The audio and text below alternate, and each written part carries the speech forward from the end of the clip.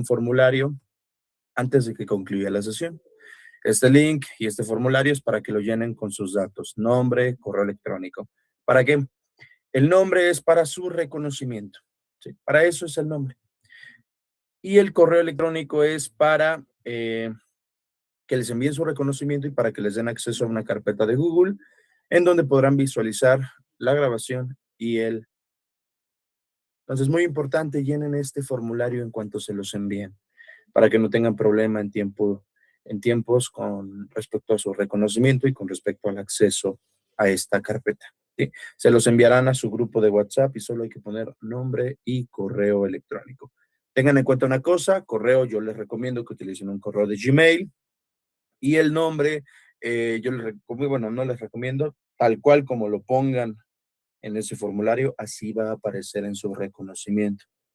Ténganlo en cuenta, ¿vale? Tal como lo pongan en ese formulario, así va a aparecer en su reconocimiento. Por favor, pónganlo como quieran que aparezca, ¿vale?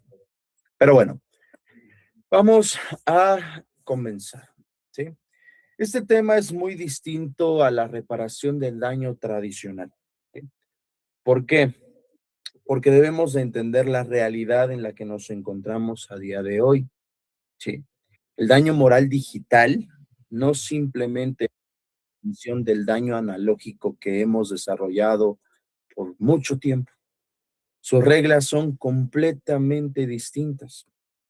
Históricamente, sí, tenemos reconocido el daño moral en el artículo 1916, bueno, 1916 del Código Civil Federal y los demás análogos de cada entidad federativa. Pero está justamente diseñado ese daño moral para periódicos. Está diseñado ese daño moral para el chisme tradicional. Sí. La realidad actual en la que nos encontramos ha hecho que amenazas, por ejemplo, actos difamatorios, actos que afectan el honor, ¿sí? Cumplan prácticamente tres características que agravan los niveles de responsabilidad civil y que debemos sí o sí plasmar en toda demanda de esta naturaleza. ¿Sí? Tratar, como les menciono, el daño moral digital como un daño moral analógico es un error total de litigio. Y es un error muy común. Este taller justo va enfocado a saber o a encontrar también las herramientas ideales para atacar estos daños que pueden ser provocados por medios digitales, principalmente redes sociales. ¿Sí? Pero bueno, voy a proyectarles un tipo, bueno, ya no es borrador, es una hoja en blanco donde voy desarrollando en parte el tema. Y vamos a analizar justamente los elementos básicos de daño. ¿Sí? El daño moral digital. Este daño moral prácticamente va a cumplir con tres características nuevas, ¿sí? A un daño tradicional. Primero, el algoritmo del odio. ¿Sí? ¿A qué nos referimos con el algoritmo del odio? TikTok, Meta, X, cualquier prácticamente red social, están diseñadas ¿para qué? Para premiar este tipo de actos, para premiar actos indignantes, actos que generan un daño en particular. El daño no lo causa solamente el agresor que pone publicar su foto, su video, su post. ¿Sí? Lo causa todo el ecosistema digital que amplifica ese mensaje. A eso se refiere el algoritmo del odio, lo que conocemos como viralidad. Si yo subo un video contando cómo fue mi día y subo un video tirándole a X persona, ¿cuál creen que llegue a más gente? El que le esté tirando a otra persona. ¿Sí? Entonces eso hace que el ecosistema digital también sea parte de este problema, también sea parte de este daño. ¿Sí? Ligado a ese algoritmo del odio, tenemos también otro principio, otro elemento, es la deslocalización. Uno de los problemas principales de este tipo de responsabilidad. ¿Por qué? Porque el daño no ocurre en un lugar determinado. El daño ocurre prácticamente en todas partes y al mismo tiempo. ¿Sí? La reputación de la persona que estemos representando puede ser destruida a nivel municipal, a nivel estatal, a nivel regional, a nivel nacional o inclusive puede llegar hasta a verse afectada a nivel mundial en minutos, horas, días, ya es exagerado. Sí. Entonces, es la deslocalización. Ya no ocurre en un lugar determinado, ocurre en todas partes y al mismo tiempo. Sí. Tercer elemento de este daño moral, la perpetuidad. Sí. ¿Cómo que la perpetuidad? Un periódico, por ejemplo, yo publico un periódico, el periódico de ayer. Sí. ¿Para qué va a servir el día de hoy? Para ponerle el papel entrenador para que sepan hacer del baño mis perros, para ponérselos debajo de la serrín a la pata que tengo. Sí. Para eso va a servir, para echarle aire a mi asador el día que se me ocurra preparar carne. Para eso va a servir el periódico que compré ayer, el periódico que llegué a comprar o que me llegaron a regalar antier. Sí. Pero un tweet, un video de TikTok puede ser difamatorio inclusive si este se realizó hace 2, 3, 4, 5 años y puede seguir generando el primer resultado, sí, generado en su momento de publicación. Y puede también crear una, llamémosle revictimización o reaplicación del daño. ¿Sí? ¿Por qué? De repente pongo mi nombre en el buscador y aparece la polémica que tuve hace 3, 4, 5 años. Sí. Entonces, lo que debemos de buscar también en este aspecto son técnicas de desindexación. Ojo, no es como tal eliminar, sino que es pasar al final de la lista. ¿Sí? Porque si buscamos directamente eliminar, entraríamos en un conflicto de derechos, que es prácticamente la censura, la libertad de expresión con justamente la dignidad humana. ¿Sí? Entonces, ojo, ¿por qué son estos tres elementos? Porque estos tres elementos los conocemos como vectores de agresión digital. Es importantísimo en su demanda, por lo menos en el proemio de su respectiva demanda, no hablar de publicaciones como tal, hablar de esos vectores de agresión digital. ¿Sí? ¿Por qué? Porque eso prácticamente da el entendimiento de la gravedad tecnológica. No solo estás hablando del post, no solo estás hablando de la agresión, es el tweet que publicó, no, estás hablando de todo ese algoritmo que lo reproduce, esa deslocalización y por tanto ese sello o esa estampa que tendrá a perpetuidad el daño provocado. Sí. Pero bueno, aquí hay un punto importante antes de empezar a hablar del daño moral digital. Quiero preguntarles, ¿saben lo que es el test de proporcionalidad? Ojo, no necesito que me digan la clase magistral del test de proporcionalidad, lo hayan escuchado en algún momento o aplicado inclusive. ¿Nadie? No. Ok. Nadie, nadie. Nadia. Sí, sí lo he escuchado. ¿Y qué has escuchado? El test de proporcionalidad es una manera de cómo evaluar es evaluar de todos los daños que tenemos, es ver qué daño es el más grave, por así decirlo. Es una manera de ser. Va por ahí, va por ahí. A ver, ¿alguien más? Ojo, no estoy buscando que me conteste Google ni Gemini, nada, lo que ustedes crean, lo que ustedes piensen, para saber en dónde estamos posicionados y si lo aterrizo un poco más profundo o no tanto. Ojo, lo voy a tener que entonces aterrizar un poco profundo, pero ¿no? ¿Nadie? Bueno, el test de proporcionalidad va enfocado a distintos aspectos, ¿sí? Dice aquí, la pena debe ser proporcional al hecho que causa el daño. Sí y no. El test de proporcionalidad va enfocado justamente cuando existe una confrontación de derechos, cuando hay una colisión de derechos, cuando hay un derecho chocando con otro por X o Y actuación. Sí. Ejemplo, me imponen una medida en particular que es, no sé, me cierran mi establecimiento por X o Y circunstancia, la autoridad sanitaria. ¿Sí? Me cierra mi establecimiento. Ahí se está cerrando el establecimiento para proteger justamente al ciudadano de estas circunstancias sanitarias, entre otros aspectos, como a mí restringiéndome el respectivo negocio. Y ahí es donde pongo la confrontación. Si esa protección constitucional, esa medida para salvar justamente a la población de entornos insalubres, con la medida que me aplicaron, o mejor dicho, con mi derecho en cuestión a poder establecer mi negociación, ¿sí? Tengo que buscar si existía ahí sí una menor medida, o mejor dicho, una mejor medida que protegiese esos dos derechos. Ahorita lo vamos a evaluar un poquito más adelante, pero es un mecanismo para poder establecer una ponderación de derechos, para atacar una medida, una determinación o un acto en particular, no necesariamente una pena. ¿Sí? Y esto, ¿por qué lo llevo a la conversación? Porque en estos temas del daño moral digital existe justamente una pelea constitucional. ¿Sí? Tenemos una pelea constitucional, una contienda de derechos. ¿Por qué?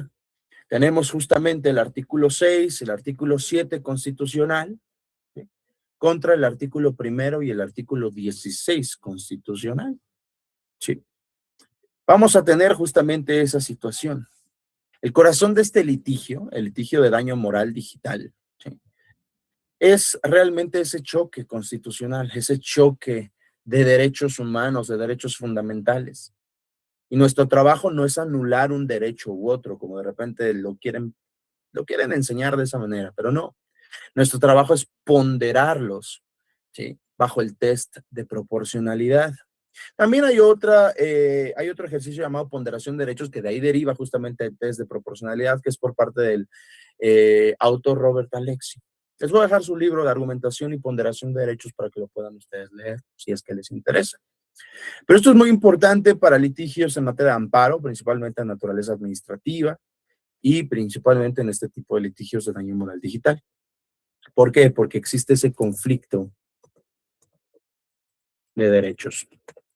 Pero ¿cuáles son esos conflictos de derechos? Primero tenemos al contendiente número 1, justamente el artículo 6º y 7º constitucional, que corresponden al derecho de libertad de expresión y el derecho a la información.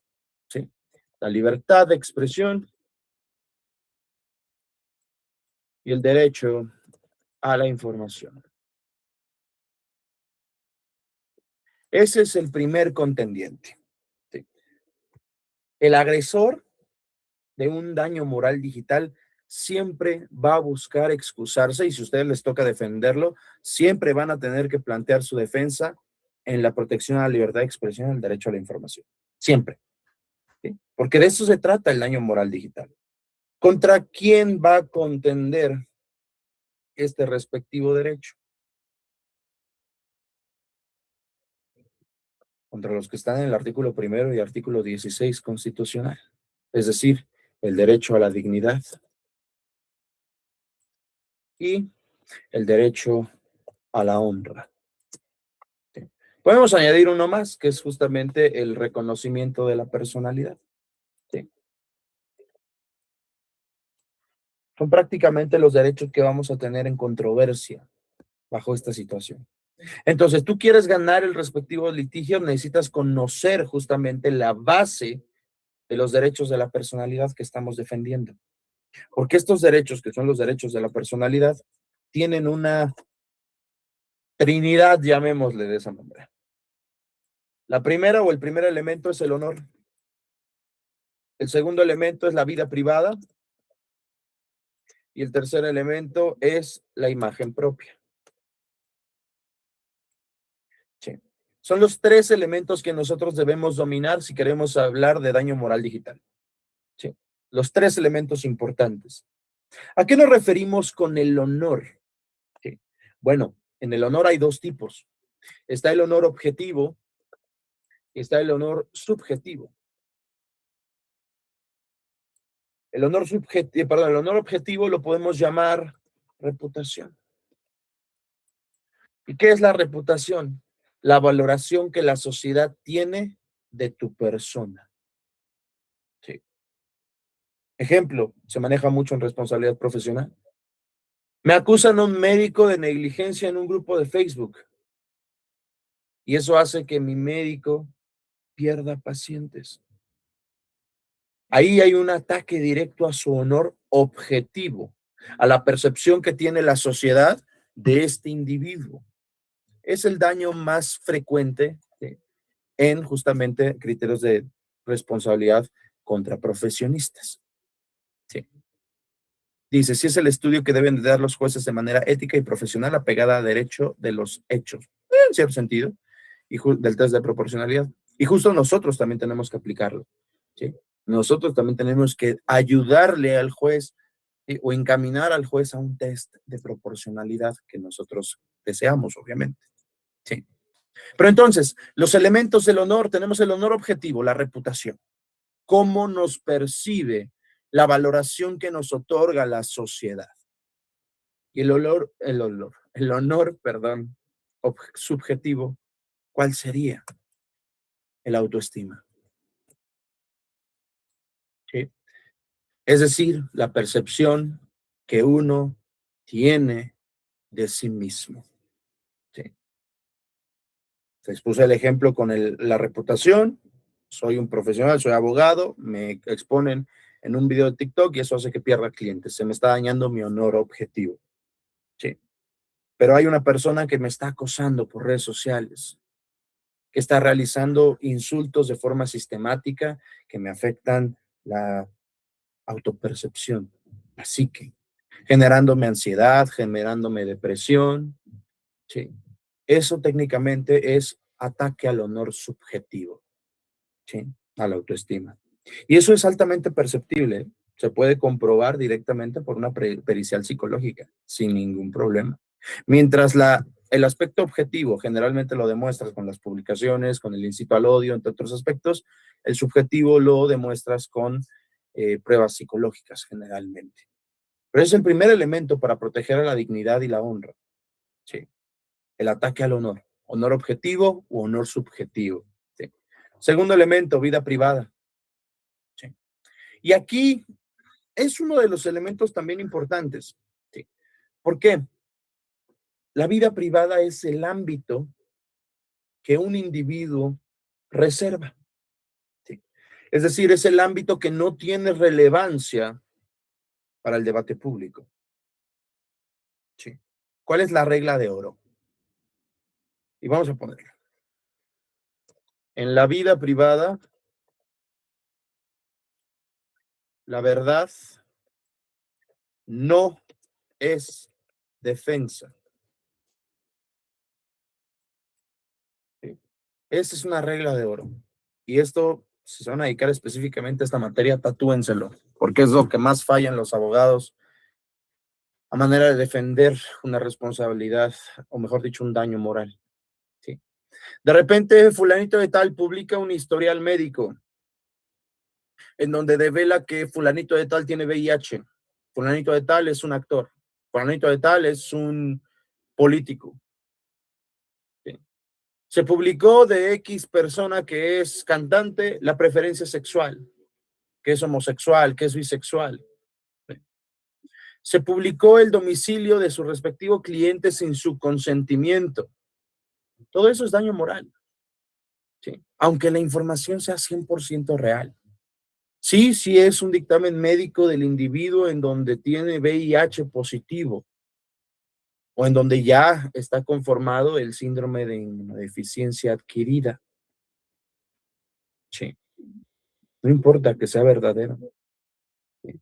Es ilícito. ¿Por qué? Porque es una intromisión y divulgación indebida de la vida privada.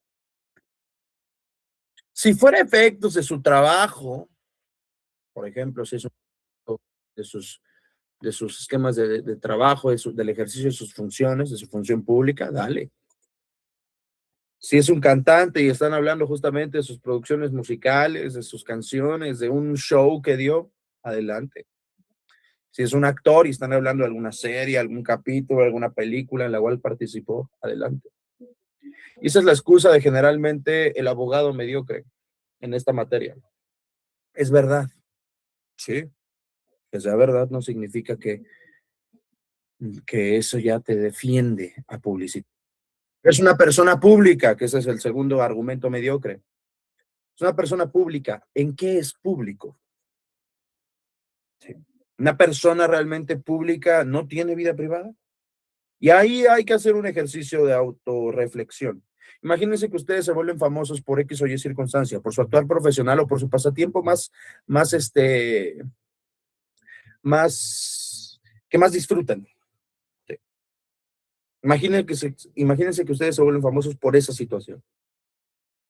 Su situación médica, su situación familiar, su situación sexual, ya es de dominio público. Ya la gente puede conocerla, debe saberla y no va a haber ninguna afectación por el que la divulgue si no son ustedes. O son solo personajes públicos por lo que los hizo públicos. Sus canciones, su música, sus actuaciones, sus películas, sus series. ¿Sí? Que una persona sea figura pública no significa que toda su vida sea pública.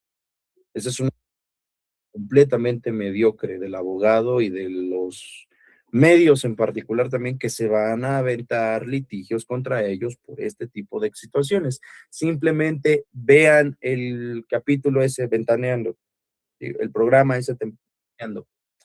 Todo lo que hacen en ese programa, ¿sí?, es daño moral. Todo lo que hacen en ese programa es daño moral. Oye, pero ¿por qué no lo demandan? ¿Qué pasa si demandas a la que es prácticamente dueña de los medios de entretenimiento?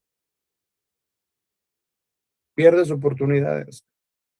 Sí, pierdes oportunidades. Lo que hace, inclusive,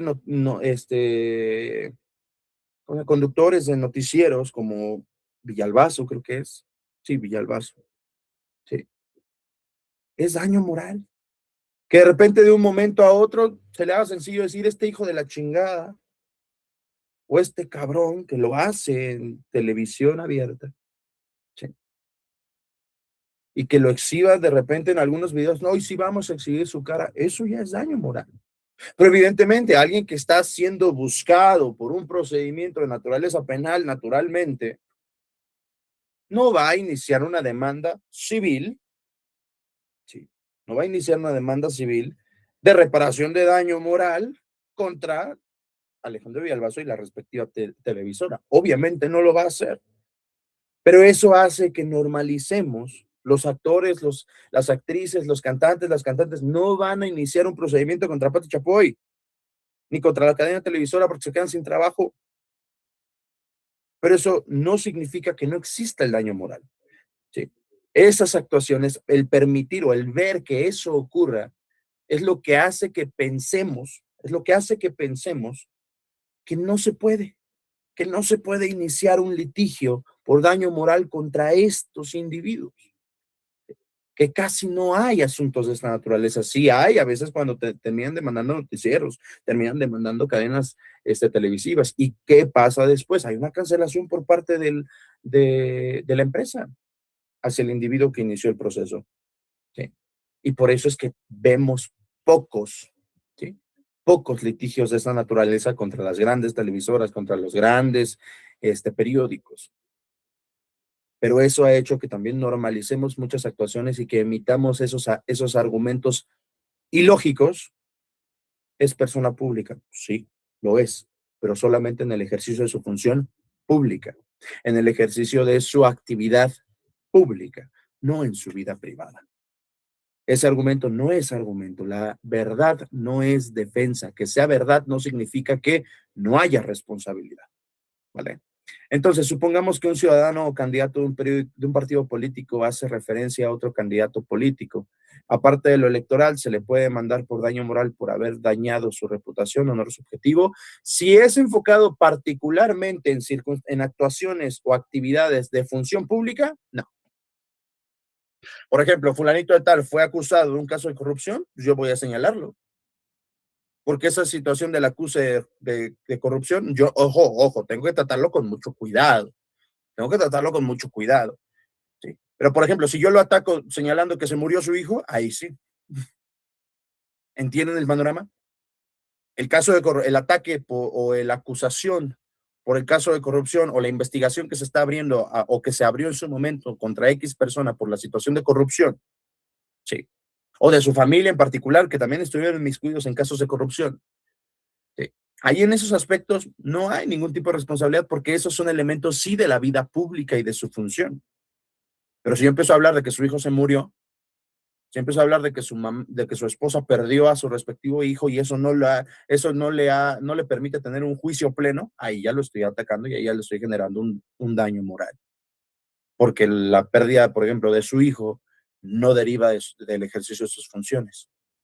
¿Sí? No es información pública que yo pueda utilizar. ¿Me explico?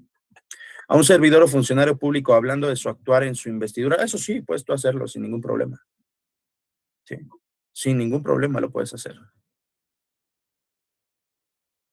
Dice, en el caso de los servidores públicos que fueron inhabilitados y se publica en medios de comunicación la noticia, pero en realidad el servidor público no está inhabilitado. Ah, bueno, esos son fake news y sí podrían generarse elementos de difamación, sin ningún problema.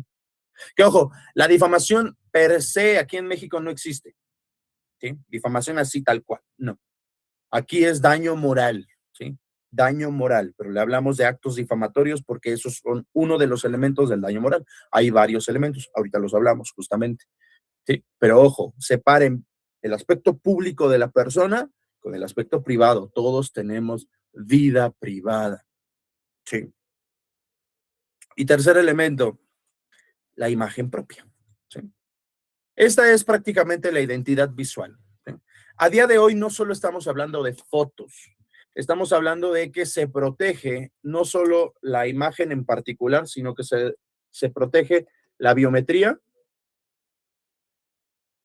se protege la voz y se protegen tus rasgos. ¿Y esto por qué nació? Por la inteligencia artificial generativa. Sí, por la inteligencia artificial generativa. Usar la imagen de alguien sin su consentimiento para crear un meme, por ejemplo, simple y sencillamente un meme, o un perfil falso, o entrenar a una inteligencia artificial es prácticamente una violación a este derecho autónomo. Sí. Entonces, a lo mejor, y no es una situación denigrante, ¿sí? A lo mejor no es una intromisión a mi vida privada, pero sí hay un uso de mi imagen, ¿sí? Sí hay un uso de mi imagen. Por eso es importante, si vas a subir algún tipo de video porque tu jefe te hizo X o Y y lo quieres quemar, vas a tener que censurar tanto voz como rasgos, si no, te pueden atribuir la responsabilidad por daño moral digital. Sí. Y no porque fuera verdad o fuera mentira, simplemente por el uso de su imagen, de la imagen propia. No solo en función de una foto, ¿sí? Biométricos, rasgos, voz. ¿Sí? Lo del emplazamiento lo vamos a ver mañana para los efectos procesales, ¿vale? Mañana me meto a todo el elemento procesal, ¿vale? Porque ese es justo es uno de los elementos más complejos, ¿vale? Entonces tenemos estos tres elementos, la cuestión de la imagen propia, la cuestión de el honor y la cuestión de la vida privada. Entonces, ya que tenemos eso, aquí es justamente donde vamos a aplicar la técnica jurídica. ¿Sí? Aquí es donde ya entra la técnica jurídica. Una vez que ya identificamos el alcance digital, ¿sí? Que existe un conflicto de derechos y que nuestro mecanismo de protección se basa en la protección al honor, a la vida privada y a la imagen propia, ahora no sé qué le pasa a mi mouse, voy a tener que comprar otro. Ya que sabemos que esos son los panoramas de defensa, entonces vamos a aplicar un principio que es justamente el test tripartito. ¿A qué nos referimos con esto? No sé. Le estamos pidiendo al juez que condene al agresor a pagar 1 millón de pesos. ¿Sí? ¿Por qué? Por un acto de difamación, por responsabilidad, por daño moral. ¿Sí? Lo que estamos pidiéndole es que restrinja la libertad de expresión, ¿sí? Mediante una sanción civil. Si lo vemos de esa manera, estamos estamos pidiéndole al juez que restrinja el derecho a la libertad de expresión de otro individuo. La Suprema Corte de Justicia y la Corte Interamericana de Derechos Humanos exigen justamente que toda restricción pase por ese test tripartito. Toda restricción. Si tu demanda no desglosa realmente ese test, corren el riesgo de que la contraparte gane en un juicio de amparo, alegando censura. ¿Sí? Esto es obligado en su respectiva demanda. Este test tripartito es obligado y es prácticamente el test de proporcionalidad. ¿Sí? ¿En qué va? Argumentar prácticamente en el capítulo de derecho estos tres pasos. Paso 1, legalidad. Paso 2, fin legítimo, o también llamado idoneidad. Paso 3, necesidad. Y podemos hablar de un paso 4, pero ese realmente es la conclusión, así que lo señalaré por separado. La proporcionalidad.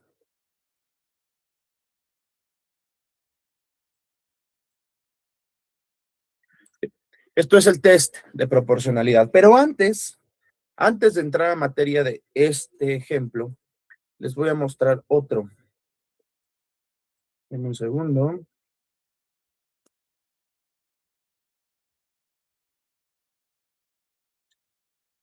Avísenme cuando lo puedan ver. ¿Ya lo ven? Sí. Ok, justo este es el ejemplo que hace ratito les estaba queriendo aterrizar, la cuestión de una suspensión de un local, de un negocio. Sí.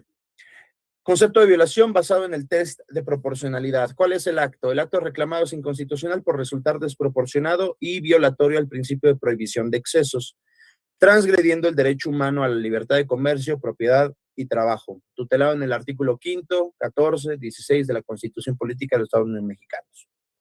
Si bien la autoridad administrativa cuenta con facultades discrecionales para imponer sanciones, estas no pueden ser arbitrarias. Al someter el acto reclamado al test de proporcionalidad establecido por la jurisprudencia de la Suprema Corte, se demuestra que este no supera las gradas de necesidad y proporcionalidad en sentido estricto. Primera grada, fin constitucional. Segunda grada, bueno, legalidad, pues. Segunda grada, idoneidad. Tercera grada, necesidad. Cuarta grada, proporcionalidad en sentido estricto. ¿Sí? Aquí lo vamos a ver en materia de una suspensión de un negocio. ¿Sí? Primera grada, fin constitucionalmente válido. ¿Qué estamos buscando?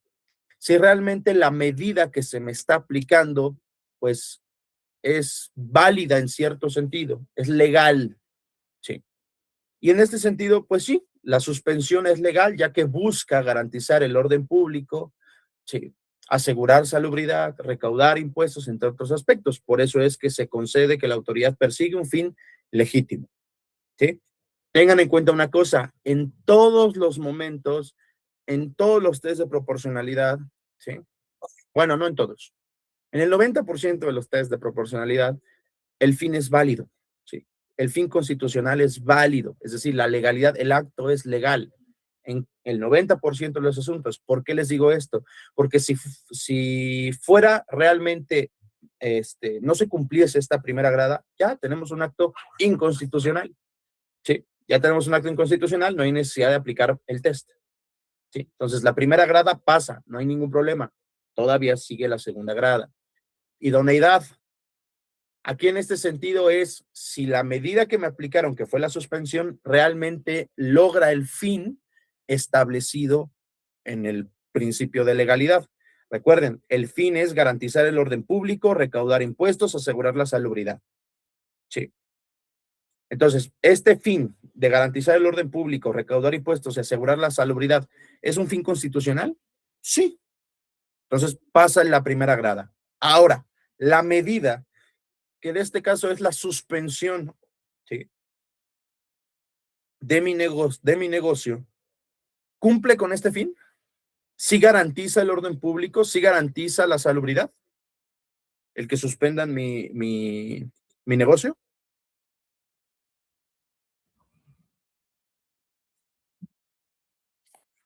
Sí, sí la cumple. Sí la cumple. También la idoneidad no es necesario que no la cumpla, ¿sí? No es necesario que no la cumpla. Generalmente la primera grada y la segunda grada se cumple. Donde está la controversia es en la tercera grada. Entonces aquí se concede que la medida impuesta, que es la sanción, es adecuada para alcanzar dicho fin. Es decir, castigar al infractor inhibe la conducta. El acto supera esta etapa. No hay ningún problema. Aquí ya entra el aspecto de la necesidad. Realmente, para ustedes, sin pensar en otra cosa, ¿era necesario el suspender mi negocio para lograr ese fin? Para lograr garantizar el orden público, asegurar salubridad o recaudar impuestos. No. ¿Qué pudieron haber hecho? Aplicar una multa. Una multita. Requerido. Entonces ahí requerirlo. Ahí entra justamente la situación de necesidad. ¿Sí? El acto reclamado no supera esta etapa, porque el principio de necesidad exige que si existen otras medidas aptas para lograr ese fin, la autoridad debe elegir la menos lesiva, la que menos me dañe, porque a mí me está dañando esta medida, mi libertad de comercio, mi propiedad y hasta el derecho de trabajo. ¿Sí? Entonces, tienen que buscar una medida menos lesiva de esos derechos. En el caso concreto, la autoridad optó por, puede ser la clausura total, puede ser la multa máxima o una revocación de permisos, siendo esta medida la más gravosa posible. La autoridad pudo haber optado por medidas alternativas igualmente idóneas, pero menos lesivas, como que una amonestación o apercibimiento, una multa mínima o media, ¿sí? Una clausura parcial o temporal en lugar de la definitiva. Al elegir la opción más destructiva para mi esfera jurídica sin justificar por qué las medidas leves eran insuficientes, porque ojo, si te están aplicando una medida grave, tienen que justificarte el por qué. La autoridad violó el principio de necesidad o la medida menos restrictiva. Y entonces, ya que tenemos la inconstitucionalidad en ese punto, simplemente atendemos la proporcionalidad en sentido estricto. Es una conclusión. Finalmente, el acto reclamado tampoco supera la proporcionalidad, el balance entre el beneficio obtenido y el daño causado. ¿Por qué?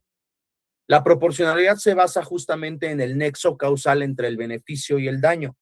¿Realmente el beneficio que obtiene el Estado y el orden público es tan grande para dañar mi derecho humano?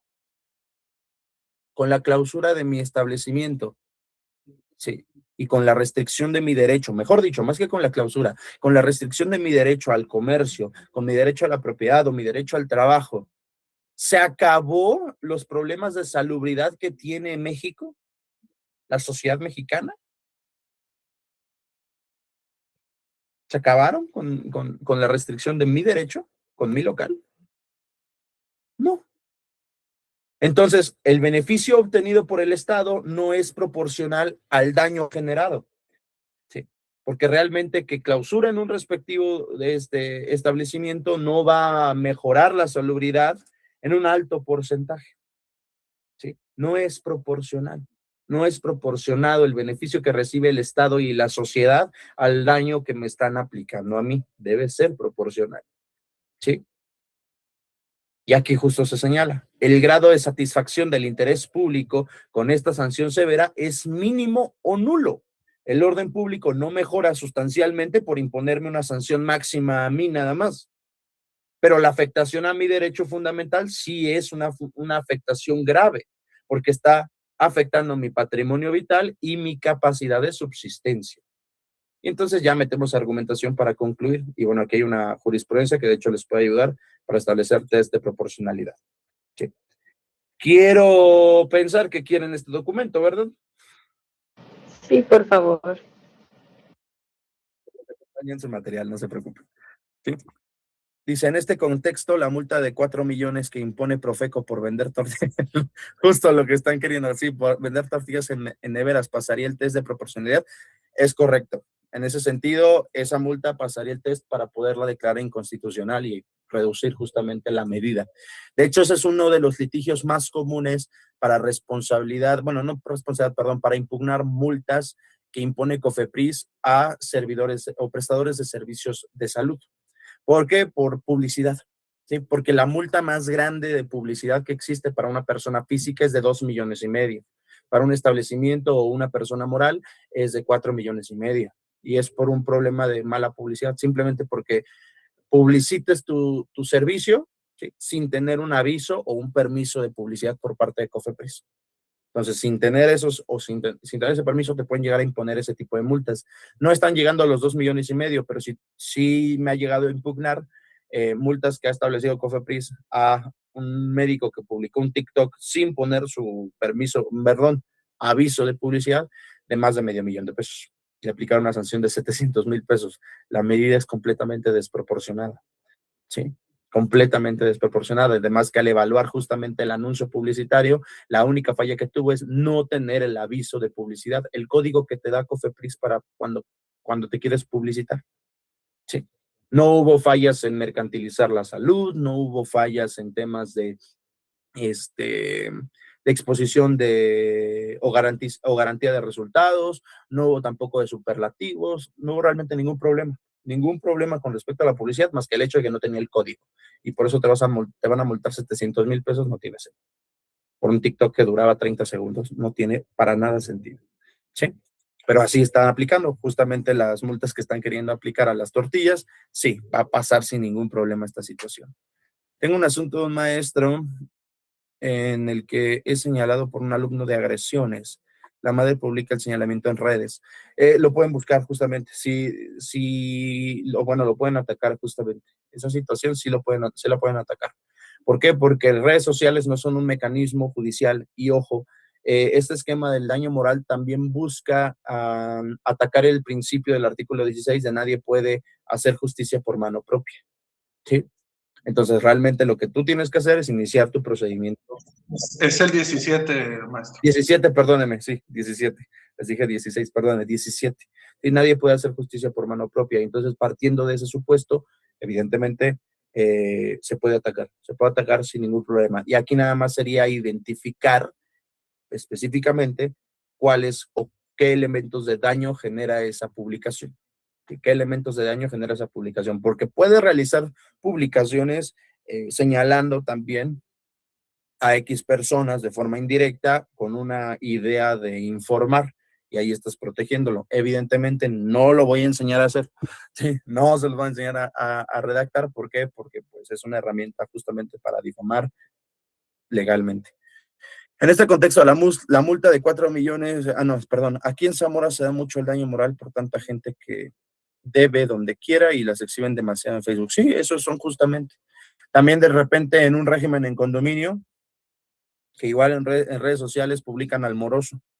Sí puedes publicar al moroso, pero solo puedes publicar no nombre, nada más puedes publicar departamento y deuda, número de departamento y deuda, porque las cuotas condominales persiguen a la unidad privativa, no persiguen al individuo. Entonces tienes que señalar la deuda y la unidad privativa, el departamento tal, la casa tal, pero nunca nombre de persona y nunca fuera en un elemento externo, ¿sí?, del condominio. Es decir, sí puedes hacerlo por medios digitales, el WhatsApp donde están todos los condóminos, claro, un grupo privado de Facebook donde estén todos los condóminos, claro, pero ya, por ejemplo, en redes sociales o inclusive fuera en otros condominios ponerlo, ya sería directamente un daño.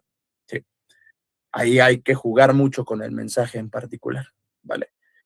Pero bueno, ¿cómo sería el test de proporcionalidad entonces en este aspecto?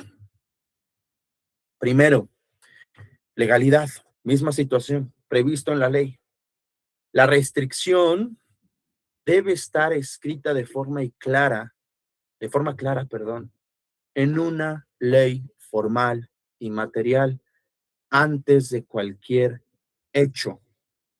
Sí. Tu argumento, por ejemplo, ¿qué podría ser? Directamente el artículo 19-16 del Código Civil Federal o el que corresponda a su entidad federativa.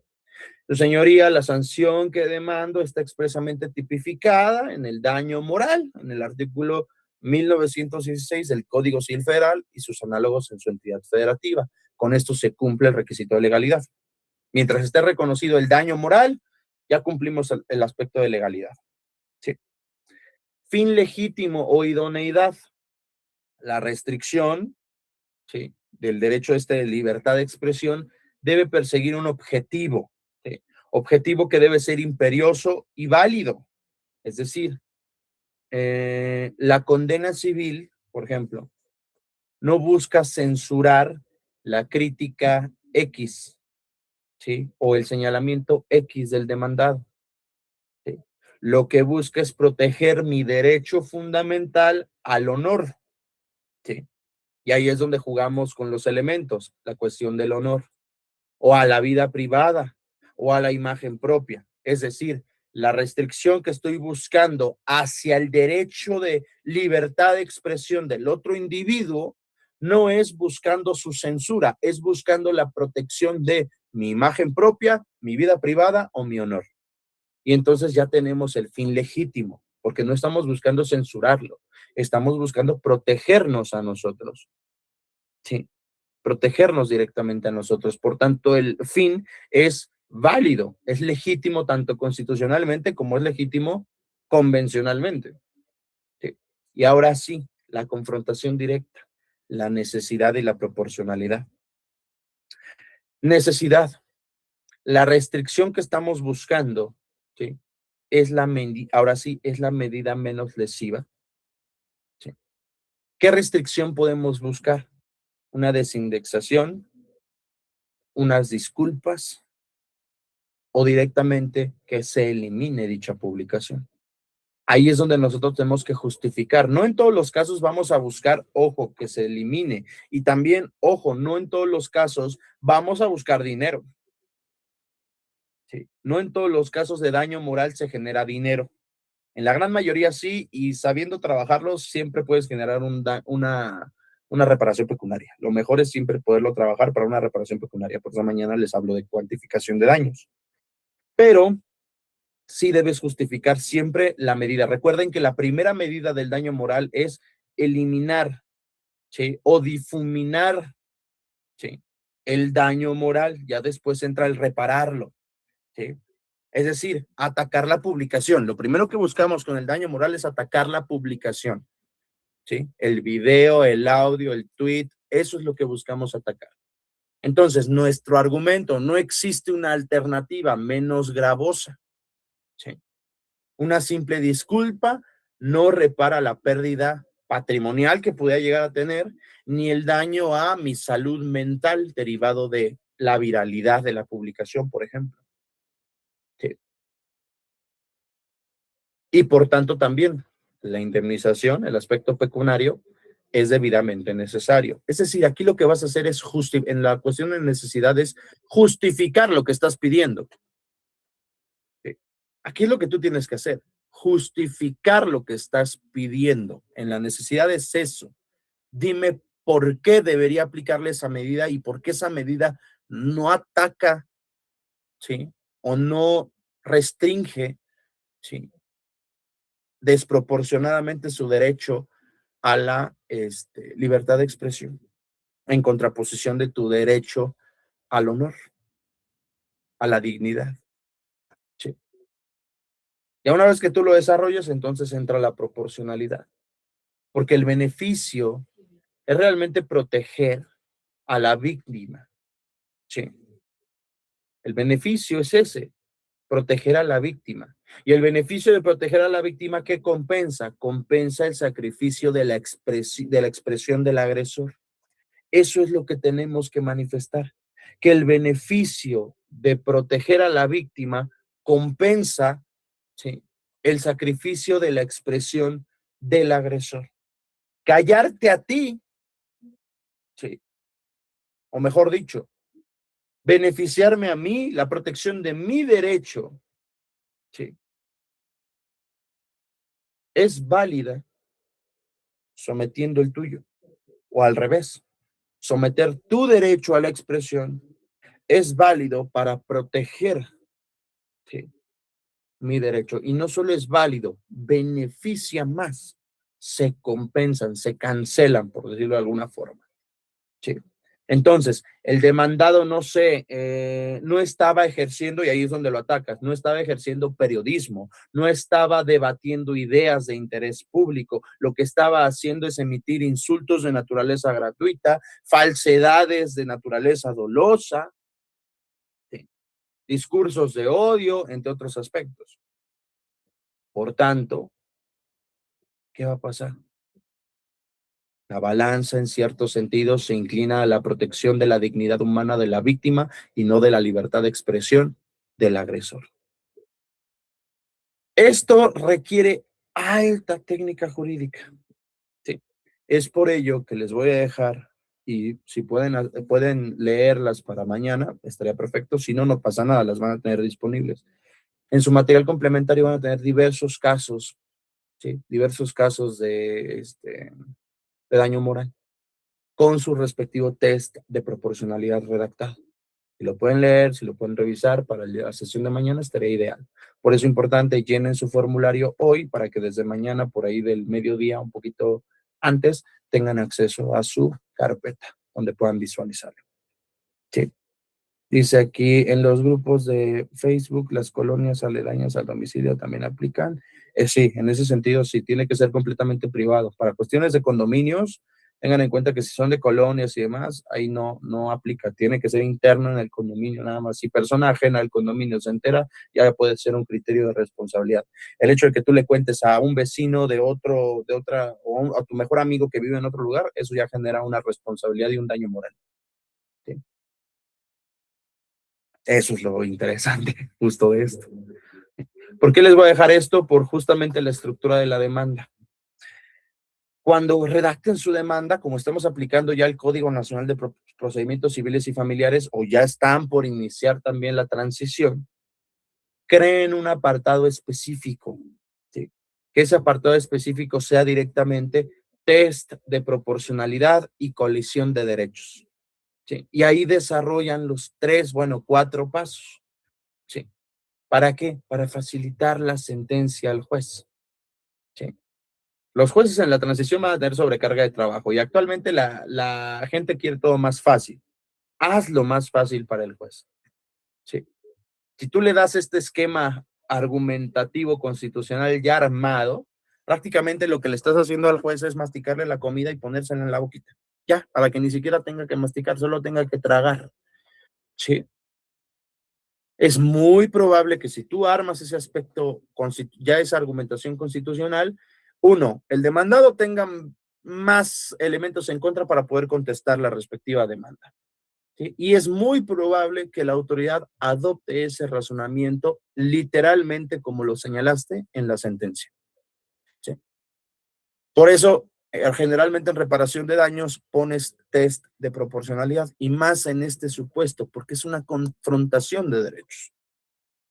Sí, es una confrontación de derechos. Es ideal que se avienten a lo mejor un cursito de amparo o directamente también les voy a dejar unos libros de amparo para que lo puedan ver y redacción de conceptos de violación, agravios, porque la redacción de esta confrontación de derechos es muy parecida a una redacción de un concepto de violación, a una redacción de un agravio. ¿Okay? Entonces, por eso es importante en esta materia. Es un litigio más complicado que una responsabilidad patrimonial. La responsabilidad patrimonial es muy objetiva, muy objetiva. Aquí es muy subjetiva. ¿Tiene elementos objetivos? Sí, de hecho son más fáciles esos litigios, pero hay elementos que son más subjetivos y justamente por ello entra un aspecto subjetivo, justamente. La dualidad de protección, o mejor dicho, el sistema dual de protección.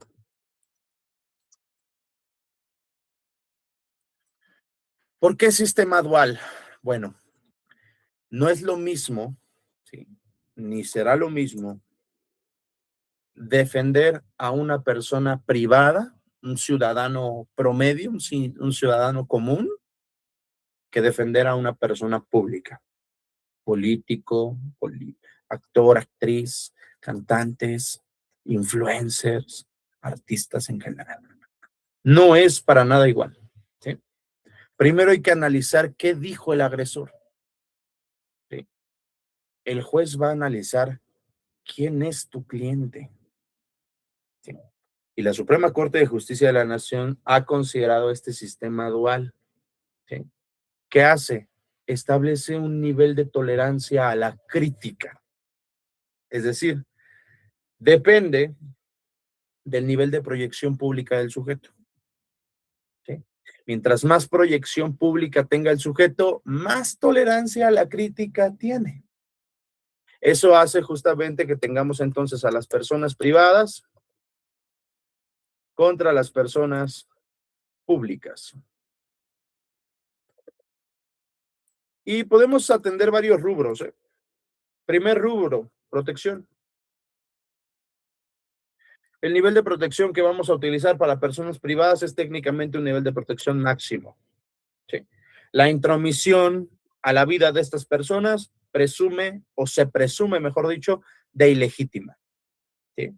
Ustedes, por ejemplo, bueno, a menos de que alguien aquí sea influencer o famoso en algún contexto, ahí habrá un nivel de tolerancia distinto, ¿sí? Pero en las personas privadas, su nivel de protección es máximo. En las personas públicas, su nivel de protección es reducido. Deben tolerar un escrutinio más intenso e inclusive más áspero, ¿sí? Si es distinto, hay márgenes de tolerancia distintos.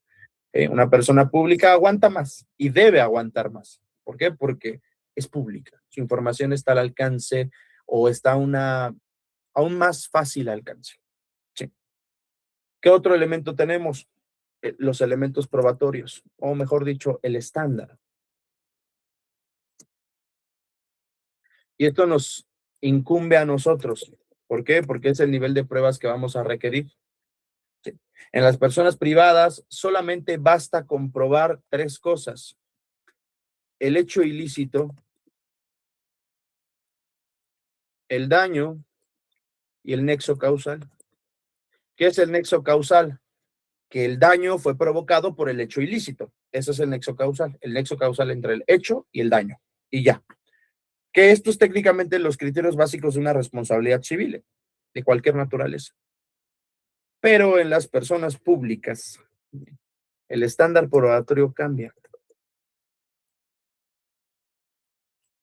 En las personas públicas, no solo hay que acreditar hecho ilícito, daño y nexo causal, sino, si bien hay que señalarlo, aparecen dos aspectos importantes: el daño y, mejor dicho, el daño, el dolo, sí, y en este caso, la despreocupación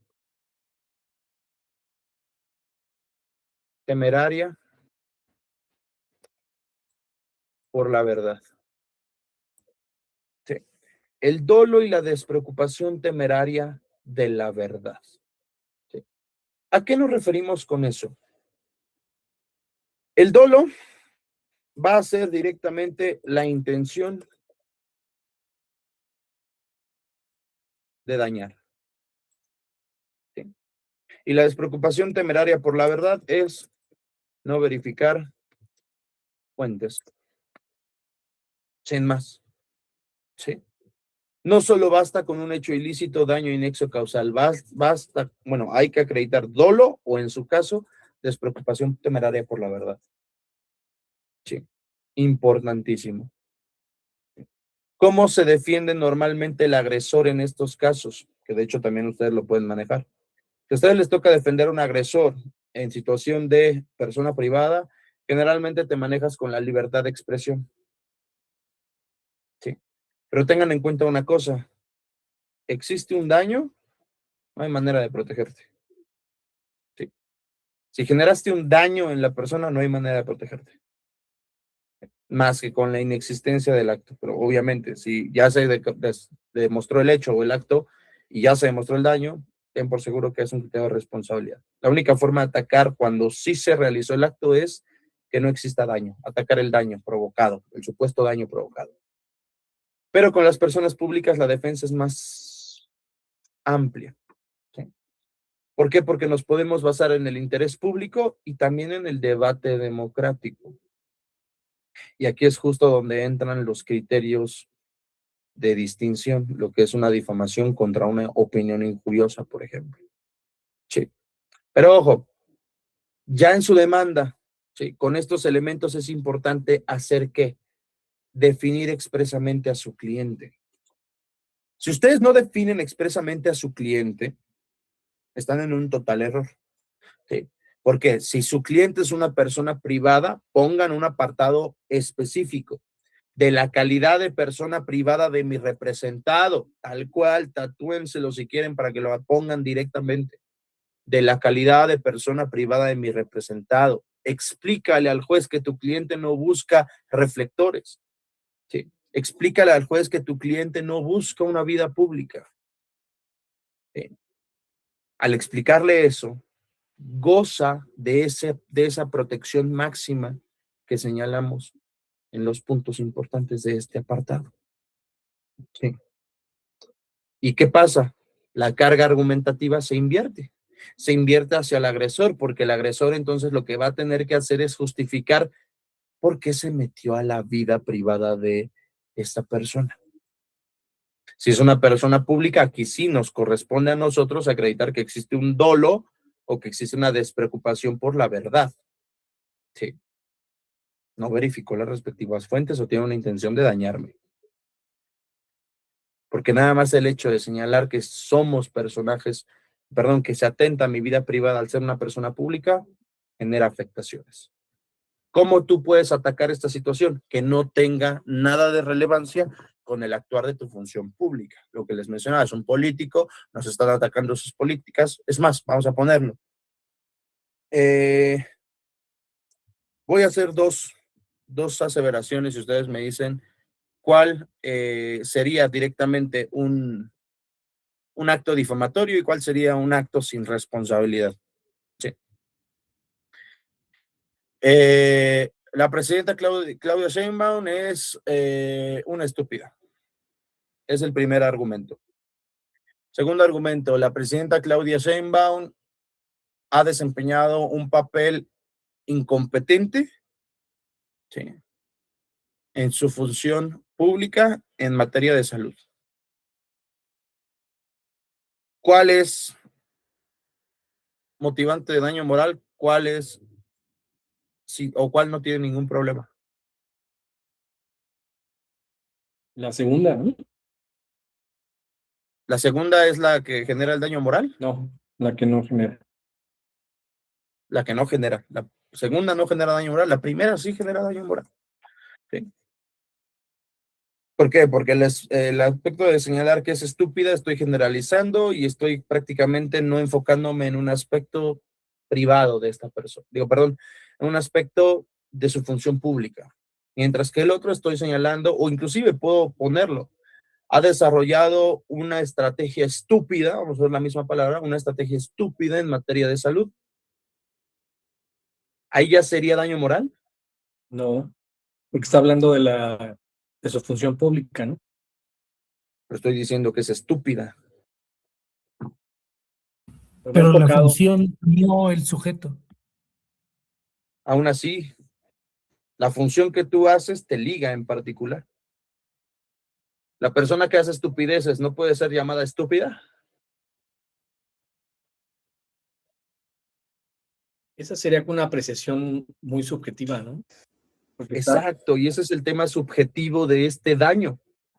¿Sí? Este justamente es el tema del daño.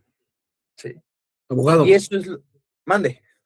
Y suponiendo en ese caso, donde dice que su administración en salud pública es deficiente, queda como una opinión también, ¿no? Porque suponiendo, o sea, quitando el gobierno que sea y el personaje. Sí, no, yo lo mencioné porque es la actual. O sea, no, digo, pero eso. Yo no me meto en debates. No, pero hablando del tema, ¿no? Suponiendo que en el segundo lo diga que es deficiente y los datos oficiales, tanto del gobierno como de otras instituciones, resultara que no es deficiente, ¿ahí qué aplicaría?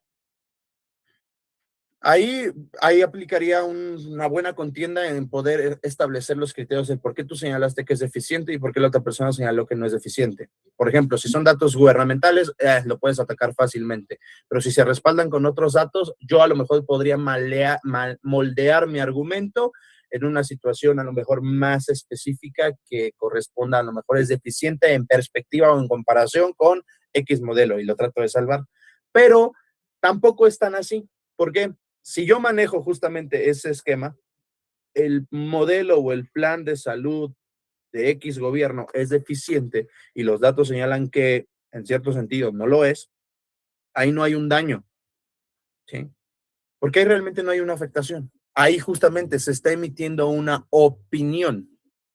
Y la opinión es uno de los principales mecanismos de defensa. Vamos a ponerlo así, con mi persona. Vamos a ponerlo en mi persona. Yo pienso que Daniel no está tan bien preparado. Yo pienso que Daniel es estúpido. ¿Las dos generan daño?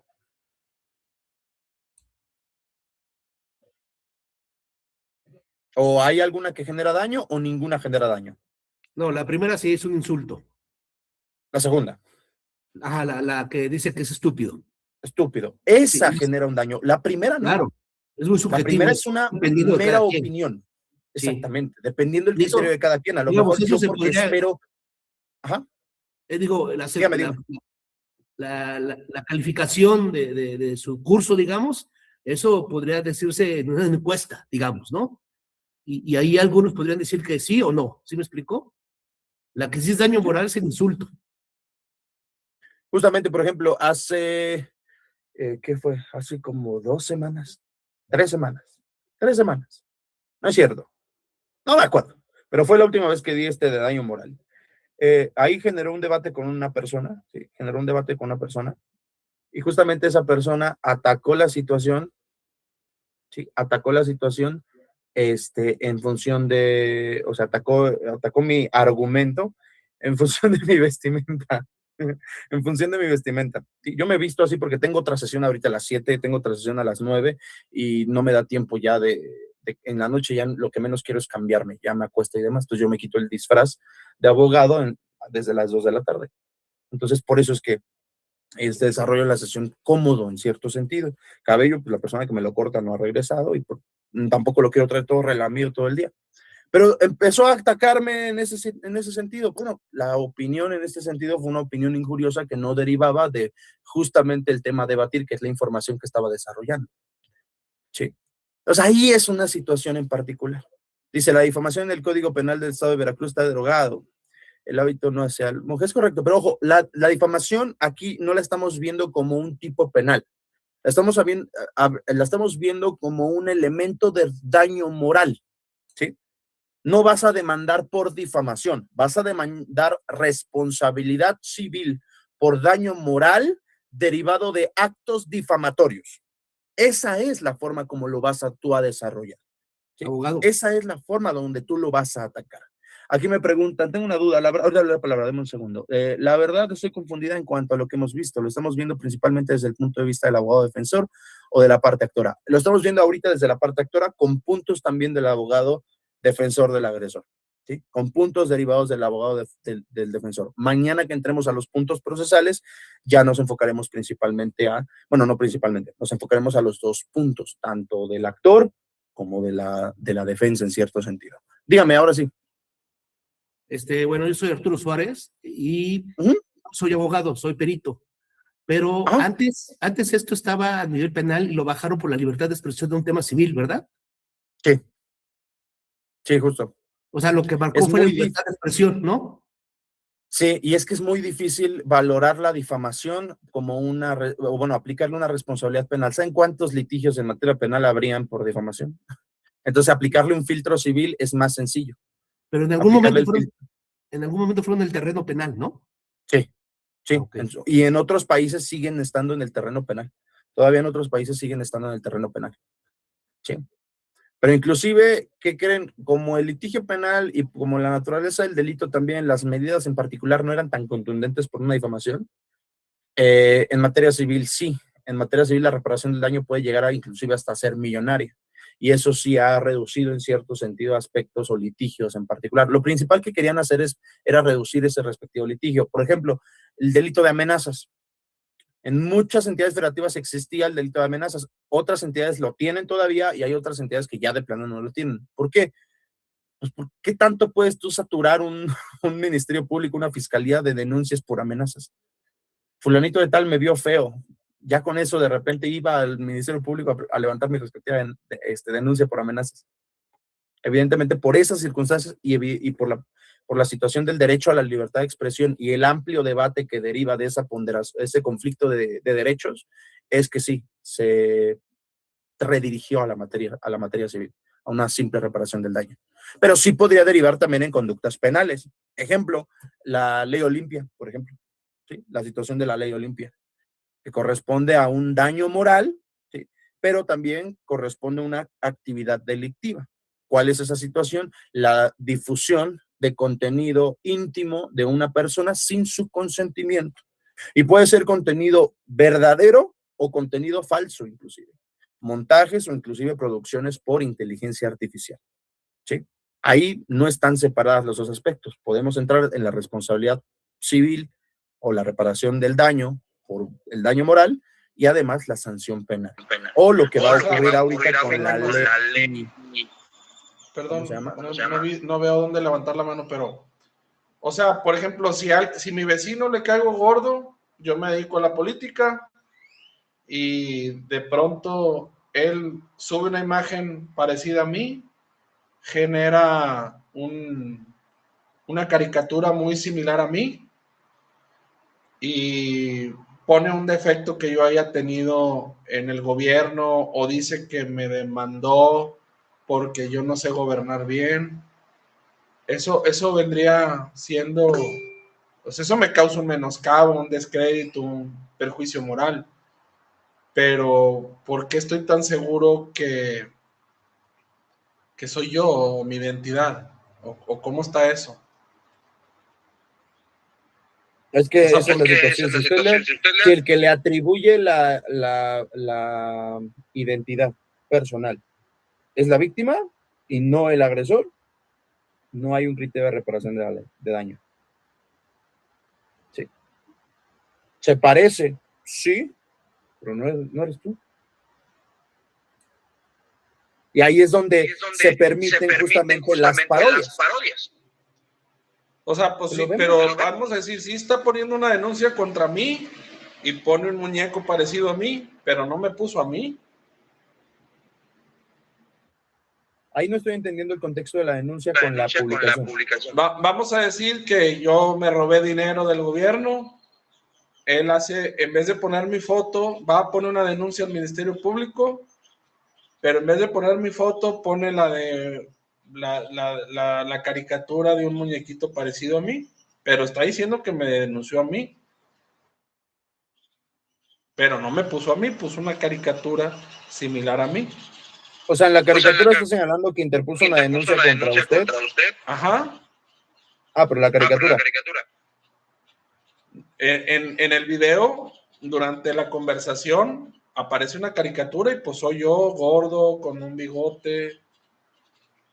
¿Verdad? O sea, es que, a ver, ahora salió un video. Sí, o sea, en redes sociales pone un video, pone la caricatura. Pausa. Ajá. Necesito el escenario completo, no que cada que haga preguntas salga un escenario mayor, ¿sí? Porque empezó con la denuncia, después con la caricatura, no, video, y ahora en redes sociales. Sí lo entiendo. Vamos a ver el supuesto. Yo soy un político, hago mal mi trabajo, soy señalado por la Auditoría Superior del Estado, en que en mi oficina hubo problemas, la persona me demanda, me denuncia ante distintas autoridades, hace un video, pero no me muestra a mí, me menciona a mí como David N y pone un muñeco mío que se parece a mí, ¿verdad? Que usa la misma ropa que yo y dice que me denunció a mí como funcionario público. Pero Ese en el, sería el supuesto. en el texto directo en el que señala que denunció. Sí. Pone incluso ¿Pone en el igual David N? denuncié a David porque es una persona señalada por la Auditoría Superior como un Pausa, corrupto. pausa, Ajá. pausa. Vuelvo a señalarlo. ¿Denuncia a David N o denuncia a David con todo su nombre y apellido? Vamos a decir que nomás pone un apellido. No hay responsabilidad. El que se está atribuyendo esa identidad personal es usted. De esa caricatura. Sí. Ahí es el límite de la subjetividad, el límite de la responsabilidad. Por eso voy ahorita a la difamación y a la opinión injuriosa, justamente. Ahorita voy para allá. Pero antes, Ricardo, adelante. Y eso lo voy a explicar un poquito Gracias. más. Buenas mañana. noches. Dígame, Mi servidor buenas Ricardo noches. Carmona. Buenas noches a todos. Retomando el tema, yo creo que sería la segunda opción en donde yo, de cierta manera, le estoy diciendo que usted como profesor no conoce el tema y debido a esa situación, en la publicación donde usted presta sus servicios, yo incrusto esa situación.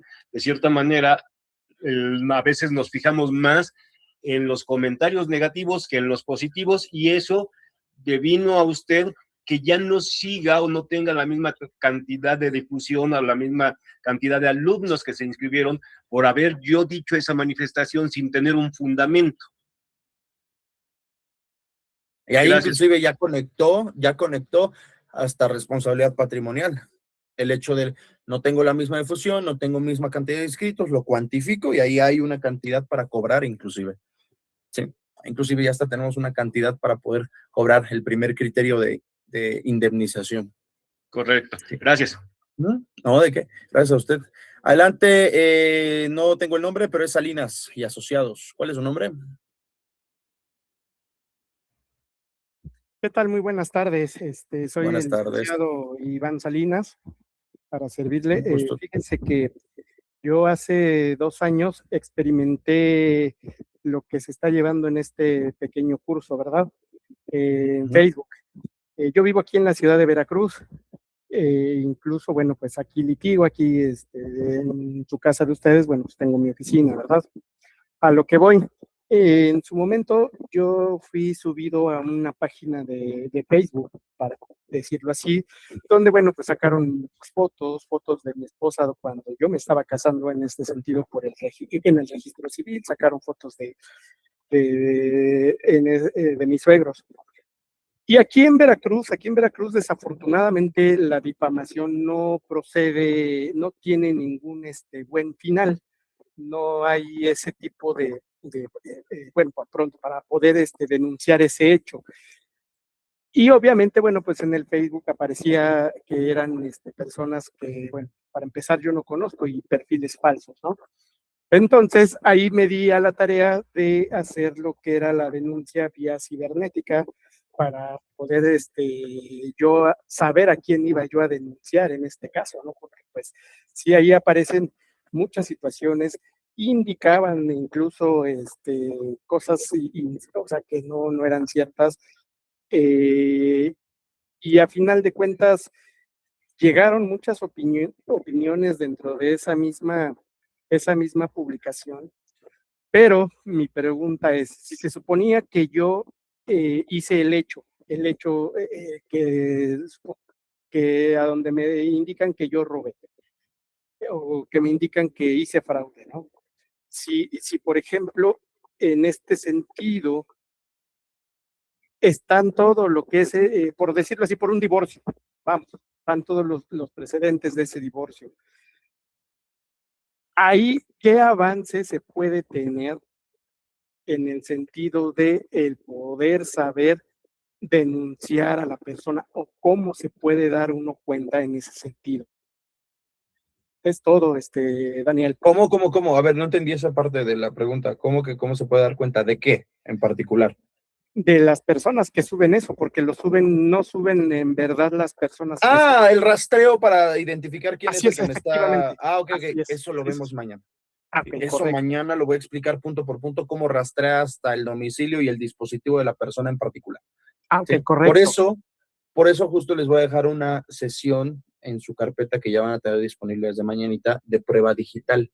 Si pueden verla, estaría ideal, ¿sí? De prueba digital específica. Es larga, es una sesión de 3 horas aproximadamente. Si pueden verla, véanla. Pero si no, no pasa nada, la van a tener ahí disponible durante el mes completo. Pero mañana vamos a ver justo el rastreo, porque ese es el principal conflicto. ¿Y qué pasa si no doy con la persona? ¿Puedo yo fincarle responsabilidad a la plataforma o a la red social? En algunos contextos, sí. ¿Sí? En algunos contextos, sí. Pero eso lo vamos a atacar mañana, ¿vale?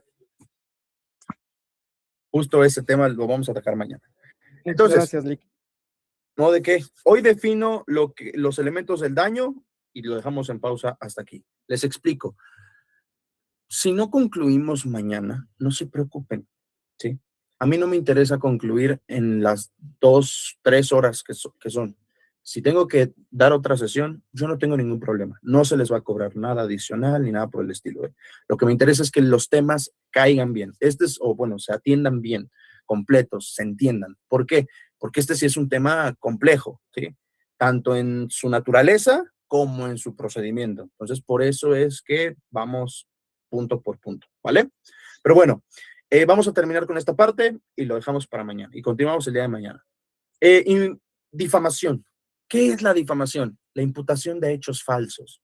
¿Qué es la imputación de hechos falsos? La afirmación de hechos falsos. Esto tengan en cuenta que genera un daño automático. ¿Sí? Genera un daño automático. ¿Qué es esto? Fulanito de tal robó. Sí. Robó dinero de X empresa. Si es falso, es difamación y por tanto hay un daño automático. Generalmente, ¿qué defensa te llegan a aplicar? La excepción de la verdad. ¿Sí? Generalmente es esa situación. Pero aquí es muy fácil. Si hace excepción de la verdad, la carga de la prueba se revierte. ¿A quién? Al autor. Digo, al autor, al autor del acto difamatorio. Y si no tiene pruebas documentales que acrediten la afirmación que señalaba, pierde prácticamente el litigio. ¿Sí? La difamación formalmente es hablar mentiras de alguien. Obviamente tengan ese panorama, el margen de la persona privada y la persona pública. Con la persona privada es un daño automático. Con la persona pública hay que complementar con un daño y hay que complementar con principalmente con la cuestión de despreocupación temeraria por la verdad. ¿Sí? Y no confundan difamación con opiniones injuriosas, porque de repente hay una confusión entre la difamación y la opinión injuriosa. La opinión injuriosa son valoraciones subjetivas. ¿Sí?